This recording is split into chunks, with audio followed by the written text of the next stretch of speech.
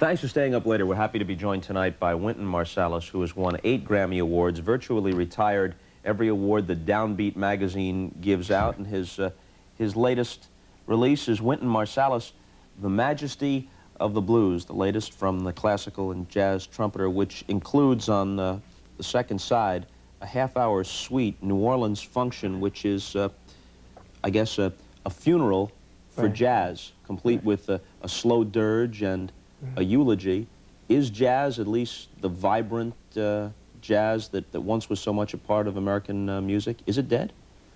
Well, that's the statement in the sermon, is that it appears as if this is true because it's been being written for like 30 or 40 years. But then we flip it around and say, no, you know, as long as there are those who are interested in perpetuating the music and checking it out. And it's my feeling that we're in a resurgence now. We have a lot more younger musicians who are coming up. And I think this next decade, we'll see a lot of the younger musicians who are in their teens now coming forward and really dealing with the tradition and addressing the fundamentals of jazz. Part of what has hurt our art form, I think, is the type of commercialism that we have out here in the education system as well as in the business world. And whenever you have that type of just rank commercialism that can be passed off as aesthetic quality, and you know you have like type of mass corruption that we have in terms of dealing with our music, the public really gets cheated out of the music, and it's hard to produce generations of musicians. You're a relatively young man, only about 30 years old, but it's always been a key part of your public persona that you have tremendous reverence for the past. Not just the history of jazz, but you've taken the classics, Mozart and Haydn and whatnot, and you've given it your own interpretation, and it's a big thing with you that youngsters, even talented youngsters, have almost no feel for the past. Right, well, the thing is, it's like, that's what the purpose of education is. The only way for you to proceed into the future is you have to master the past or come to grips with it. Now, in art, you'll never master the past because, let's say, the works of Shakespeare, Beethoven, Michelangelo, Duke Ellington, I mean, you can almost be sure you're not going to rise up to that level. But it's through recognition of that you keep a very high level of quality. Now, when you're allowed to say, well, that's just all of that is old, then you can escape standards. And this is why we have problems with things like generational respect. Like if you can come into your mother's house or your daddy's house and just dictate what's going to happen, then a lot of key things about living in the world you won't learn, about just basic respect, humility, and also you won't have a conception of development, which I think is really, really important. You know, you won't know that when you're 35 or 45, you're supposed to be significantly more advanced than you were at 15 or 20. That the highlight of your life then is, well, when I was 17, I used to go out every night and party. Now I'm 40, I have children. Man, what a drag. You never learn to accept responsibility. So a lot of times I stress the tradition, I stress the culture, because I go around the country and talk to the students, and I can tell that we really have a big problem dealing with the tradition. We can't see ourselves in others. We want everything, you know. I'm included in this. I'm no different from anybody else, and a lot of things I've realized is from seeing it in myself, you know, and realizing that this is why I perhaps would not be on the level that I should be on in my art form. And that's the value of an art form, is that it really puts you in contact with the mythology of your country and in contact with your real true feelings, you know, what you need to deal with. Your own parents must have been pretty close to extraordinary. Your father, Ellis, was a musician of considerable respect himself, but they must have been extraordinary as parents to impress this upon you. Well, you know, it's a lot of people have parents like that. Like a lot of guys I grew up with and young ladies that I knew, maybe some didn't even have fathers. The main thing, my mother has a lot of fire. So we get a lot of, me and my brothers, we get a lot of fire from my mother. But my father is real low key, but he has a lot of integrity. And he's on a very high level of morality. Like for a long time he wasn't working. And he was teaching high school part-time, and he's a great piano player. And he knew all of this stuff about music, but what he was doing wasn't in demand in that time. But I never saw his belief or confidence in the music waver based on his economic situation. So there was a time when we were in high school, when Branford and I, my older brother, we could go out and make more money on a gig than our daddy. I mean, believe me, we couldn't play anywhere near the amount of music he could play. And that, even though we could make more money, we were never allowed to confuse what level of musicianship we were on based on public endorsement or money. So my whole life I looked up to him, you know, just in terms of how he approached art and how serious he was. And just as a man, he shouldered whatever the responsibilities he had to shoulder without complaining. And he never necessarily said, I said, yeah, man, you have to do this, but he was just cool. Obviously, you've got both now. You've got a certain amount of commercial success and tremendous critical acceptance. But give me an example of some of the things that you could do and make an even bigger commercial splash, but you won't do. And the first thing is anything that assuages racism. You know, you can go what we call cheesing. You know, any type of cheesing that you do, like you can go deal with any type of rock music and say, yeah, this is on as high a level as jazz, and there's no such thing as different levels in music, or you can disrespect any of your elders or disrespect the art form. If you disrespect the jazz art form, then you start to get good reviews, even better reviews. You can make more money. Or any type of profanity or vulgarity, exploitation of teenage sexuality. And plus, since I play classical music and jazz, I always have the option of saying, well, you know, I've played classical music and jazz, now I play pop music, I play everything. You know, I'm the universal man. And just, in general, self-promotion and the acceptance of what in our band we call elevation, which is just, you just hold a big placard which is about yourself. You know, well, I'm doing this and I'm great, the greatest trumpet player in the world. And is there a lot of popular music that you approve of, though? I mean, isn't there some popular music that's on a pretty high level, both in the past and now? Well, I feel that certainly there are in every idiom there are things of value. And the question for me is not, I'm not really an expert on popular music, you know, so I really refrain from commenting on it, because if I was forced to really display my knowledge of those forms, it wouldn't be really great enough for me to give public opinions on it. It's just a lot of the things that I hear on the radio in terms of music is very, very weak. What do you think of rap music? Well,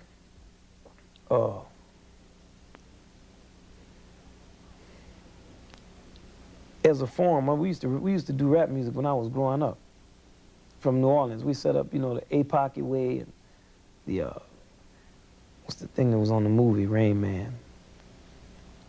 Iko Ane, Giacomo Finane, my grandma and your grandma was sitting by the bayou, my grandma told your grandma, all that stuff. We did all of that when I was growing up. Now, I think that the dance element of that music is much more interesting than the musical element.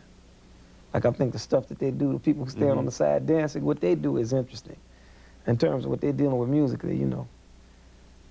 It depends on what context you want to put it in. If you want to compare it to Duke Ellington's music, then obviously, but you know, once again, it depends on what universe you want to end in and what level of sophistication you want to deal. It's like a McDonald's hamburger. Like if you'd ask me, what do you think about McDonald's? And I'll say, well, if you're on the road and you're in a hurry and you have $2, then it's fine. But if you want to compare it to a fine Italian meal or some Japanese food or a good bowl of gumbo, I have to tell you that it's on a much lower level of quality. Would it be accurate to have called you a child prodigy growing up in New Orleans? No, because I wasn't really serious about music. You know, when I was a child, I just ran around. I played ball and stole from little stores and stuff and tried to I started practicing when I was 12 or 13, but I wasn't really a prodigy. I mean, I had aptitude for playing the trumpet, and I developed, but not really. What was your youth like? How much of the truly segregated Old South were you exposed to? Well, when I was living in Kendall, Louisiana, I was exposed to a lot of it because there was the railroad tracks separating the black people and the white people. And in the church, all the black people sit on the left side. It wasn't forced at that time, but it just was custom. And when I was in 3rd grade, we started going to school, integrating with the white kids. It'd be like 2 or 3 black students, and you know, a lot of these kids, their parents were struggling too, so they had a lot of the old school attitudes. You had to resort to your dukes sometimes, you know, to clarify issues or certain things. If you didn't stand for it, you didn't stand for it. But I got to see a lot about how people are, and a lot of the guys I grew up with, we were kind of country, you know. And there are a lot of things that disturbed me in my youth that I didn't like, but there were a lot of things that I did like, you know. It's not like the fact that we lived on one side of the tracks made us say, damn, we enjoyed that side of the tracks. I mean, we had a good time. We played street football, and we, you know, we had a good time. We had 3 little black teams that would go out and play. We'd lose most of the times in football, never lose in basketball. But when I grew up, I had a good time.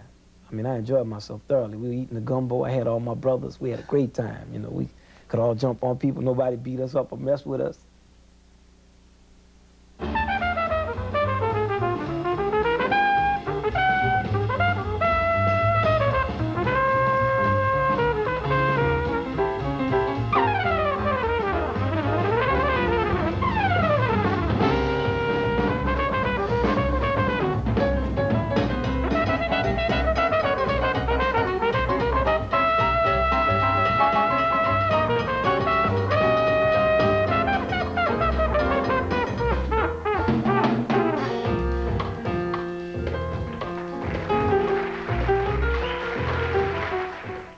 Back now with Wynton Marsalis. I remember on one of your trips up to the podium after winning a Grammy, I can't remember which year it was, but you thanked Charlie Parker and Duke Ellington and Thelonious Monk, and you thanked them, but it was a rebuke toward a large portion of the audience as well, and it went something like, hey, as long as we've got these people's works on discs somewhere, we can keep good taste alive.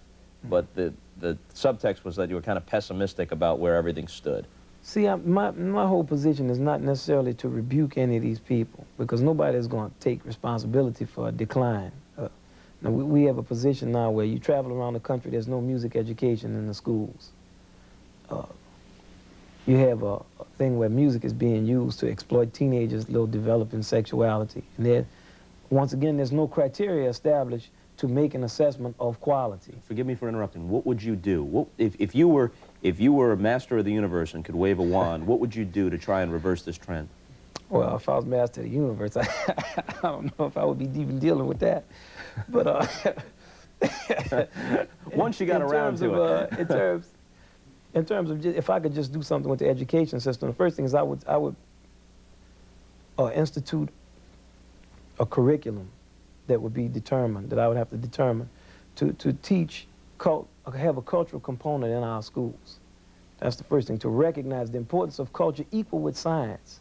Not that music is a sad course in relation to math, because music gives you keys to your inner life and the mythology of your people. This would educate you how to be an American.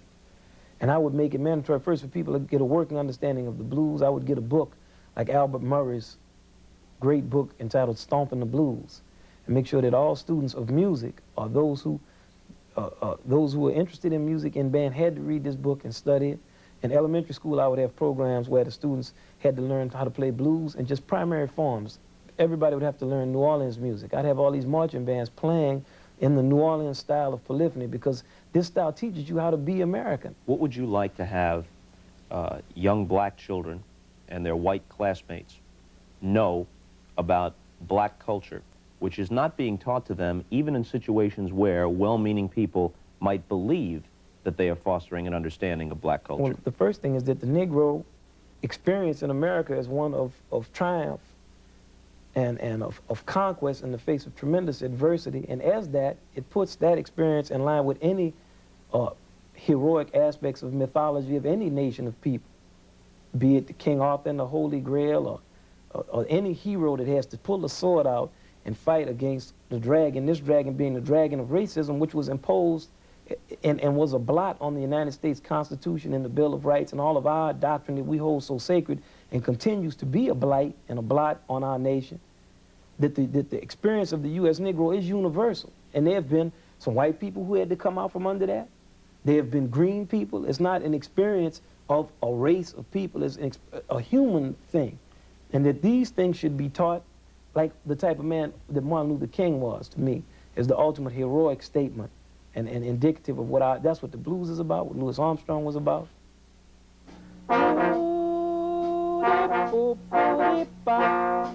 Y'all do that? Starts on the E.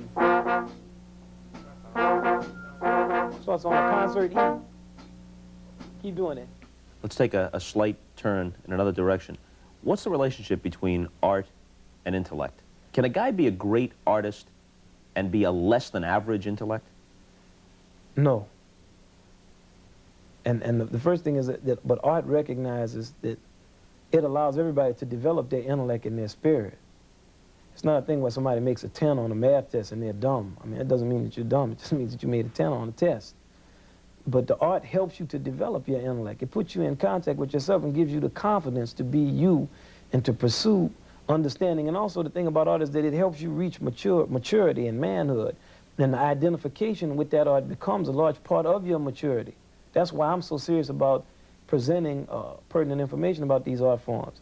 You don't have to be a great artist like a genius, obviously. You have to be thinking about something that nobody else is thinking about. Although it's a popularly held notion, maybe wrong, but that what we call art, what we call transcendent talent or genius, a lot of it is intuitive, or the person is merely the medium through which this gift from God passes, and that intellect is a peripheral and not essential component. Well, that became true when Negroes started making the strongest 20th century statements in art.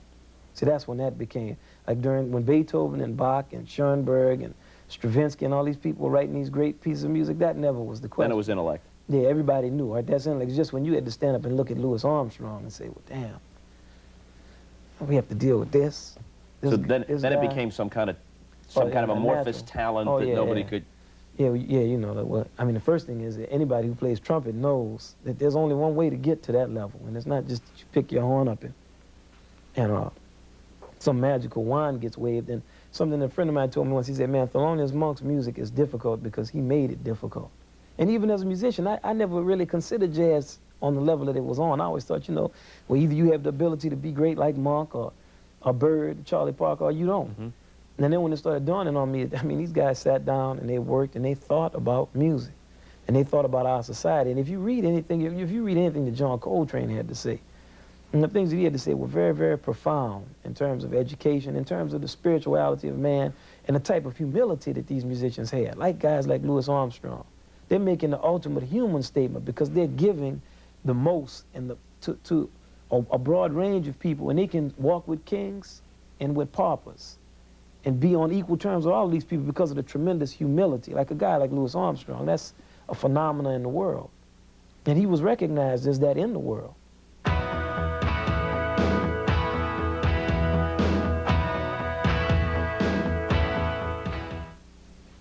Back with Wynton Marsalis. How much pain is necessary before someone can call themselves an artist? Or is that some sort of sophomoric, cliched notion? That's some cliche. First, everybody in the world is dealing with some pain. Everybody. And the more people I meet from many different walks of life, the more everybody is dealing with some pain. The question of art is how heroically do you deal with that pain? That's what the whole proposition of the blues is. It's like Albert Murray says in Stomping the Blues, elegance in the face of adversity. That's what the blues is about. That's what Louis Armstrong represents. Not, oh, he was poor and he suffered it.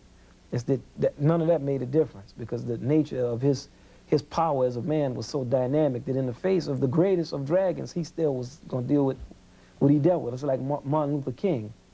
His message is one of heroism. It doesn't make a difference. He might have been mad because he had to stand up on the bus, but he said he would do something about it. It's like many other thousands of Americans who are out here right now who don't get on TV. But they're waging the war and the battle. They're not bowing down to the pressures of commercialism or whatever. There's many pressures in your personal life. A lot of people don't bow down. That's what art is about. It's about ultimately making a moral decision that's based on your human conception and your real human feeling, the true feeling, not about you being woe is me and life is hard. Life is hard for everybody. I don't want to speak for you, so I'll just lay this out and then you take it in whatever direction you think is appropriate. It's my feeling that you believe that a lot of what's out there in popular culture with the stamp of black culture on it is not the best possible representation. Well, man, to me, the whole problem we have as Americans is we have to really, at one point, reconcile that we are a hybrid nation. But see, we don't want to recognize that, so we've created all kind of unnecessary situations. Like I used to notice when I was going to school with a lot of white guys, they would always be upset if I make higher grades than them on their tests. And I used to feel sorry for them running themselves through that. And in the 1970s, I had to go sit through all those black exploitation movies and hear bitch this and hoe this. And now everything is suck this and mother and all these curse words. You know, I mean, I don't even worry about saying it on TV because it's said so much as if this is what black is about. And there are many different versions of many things. Like you don't look at one person and say, this is a white guy. There's many different types of people. black, white, Asian, Cambodian. And when you travel around the world like I do, you see that they have many situations. There's situations when people of the same race, same background degrade each other.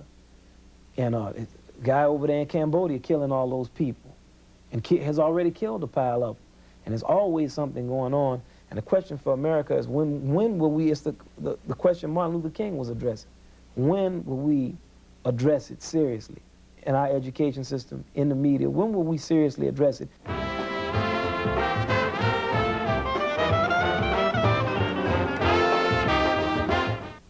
Wynton Marsalis' current release is, as we said, The Majesty of the Blues. During the last commercial, he was just saying to me, hey, maybe I could come back another time and we can joke around a little bit more. We got off in a different direction. So will you come back and then we'll joke around? Sure. All right. Wynton Marsalis, thanks a lot. See you later.